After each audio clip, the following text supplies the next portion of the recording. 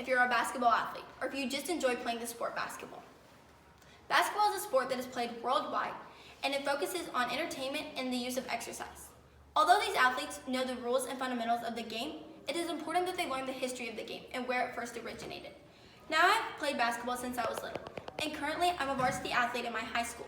With that being said, I love learning new information about the game I love so much. So today in my speech, you are going to be learning who the creator of basketball was, how it became an official winter sport, and how it has evolved over the years. James Naismith was a Canadian-born man who became a teacher at the YMCA in Springfield, Massachusetts. In December of 1891, PE classes were kept indoors due to the cold weather. Dr. Gulick, the superintendent of physical education, gave James the task of creating a sport that would hold the interest of the class. Coach Mack, in the History of Basketball 2018, I felt this was a crucial moment in my life as I meant success or failure of my attempt to hold the interest of the class and devise a new game. James Naismith. With the help of his wife, James was able to create a game that focused more on skill rather than strength. He then grabbed all the materials that he needed for the first basketball game. Next, he decided he needed to write the rules of the game. Once he completed the first 13 rules of basketball, he stapled them on a bulletin board outside the gym, and he was ready for the first game of the season. Pictured here is James Naismith with the first basketball and the first goals, which were peach baskets. Now that you know about the creator of basketball, let's move on to how it became an official winter sport. The first game of basketball was played on December 21st, 1891. It was composed of two teams, each containing 9 players. The final score was 1-0. William Chase was the only person to score a game during the game. He shot a jumper 25 feet from the basket, and he became the first person in history to score a goal during a basketball game. The idea of basketball spread to many YMCAs, and pretty soon every YMCA was involving this sport in their facility. Next, the rules were put into the college magazines. And since the college had a great wide variety of international student body, the game of basketball spread throughout 4 nations in just a short amount of time. We then saw high schools and colleges incorporating this game into their facility, and by 1905, the game of basketball had become an official winter sport.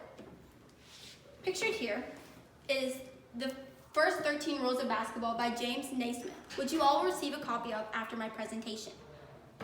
Now that you know how basketball became an official winter sport, let's look at how it has evolved over the years. As stated by Springfield College, and where basketball was invented, the History of Basketball 2019. The rules have been tinkered, but by and large, the game of basketball has not changed drastically since Naismith's original list of the 13 rules was tacked up on a bulletin board at the Springfield College. One of the major differences that we see from basketball today and when James created it was the ball. Back then, they used a soccer ball, and today we actually use a regular basketball. When James created it, he decided that we needed 9 players on each team, no more. Today, you see 5 to 15 players on a team. The object of the game is still the same. Each team is trying to score in the other team's goal while the opposing team plays defense on them. One of the major differences, though, is the shoes they wore.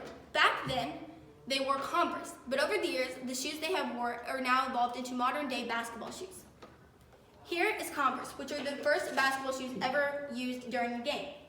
And here are the modern-day basketball shoes that we can find in many different brands and many different stores. The rule about no running with a ball without dribbling is still in effect today, except we have developed a name for it called traveling. And the rules about fouls still come into play. You're not allowed to intentionally hurt someone, or the other team gets a point for that. As you can see, Naismith's first 13 rules of basketball have become a foundation for the modern rules of basketball today. Basketball has been around for over 100 years. And with that, it has become one of the world's most watched sports. You now know the creator of basketball, how it became an official winter sport, and how it has evolved over the years. Had Naismith not been given the task to create the game so long ago, we might not have the sport we love today. Thank you for watching.